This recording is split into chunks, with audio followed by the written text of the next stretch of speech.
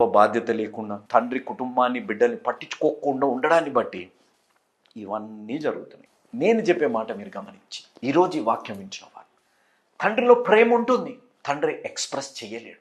అతనికి మాటలతో చెప్పడం కాదు, లేకపోతే హద్దుకొని చెప్పడం కాదు, కానీ అతని క్రియలలో చూపెడతారు అనేది గమనించండి. ఒక తండ్రి నేర్చుకోవాల్సింది, యాయిరు ఏ విధంగా దేవుడి దగ్గరికి వచ్చారు, దావీదు గారు ఏ విధంగా కుమారుడికి దేవుడి దగ్గరికి వెతుకు, దేవుడి దగ్గరికి రా అని నేర్పిస్తున్నారు. ఈరోజు ప్రతి తండ్రి కూడా దేవుడి దగ్గరికి రావాలి. A father is not born, a father is made. ఒక పురుషుడు తండ్రిగా జన్మించాడు, ఒక పురుషుడు తండ్రిగా తయారు చేయబడతారు. ఈరోజు నేను చెప్పే మాట ప్రతి తండ్రి మీరు గుర్తుపెట్టుకోవాల్సింది, ఒక తండ్రి అనేది కేవలం శారీరకంగా ఉండకండి. ఒక తండ్రి అనేది మనసుతో మీరు ఆ తండ్రి పాత్రను మీరు పోషించాలి. A father should be just in a body, a father should be through heart and mind and soul అనేది మనం గమనించాలి.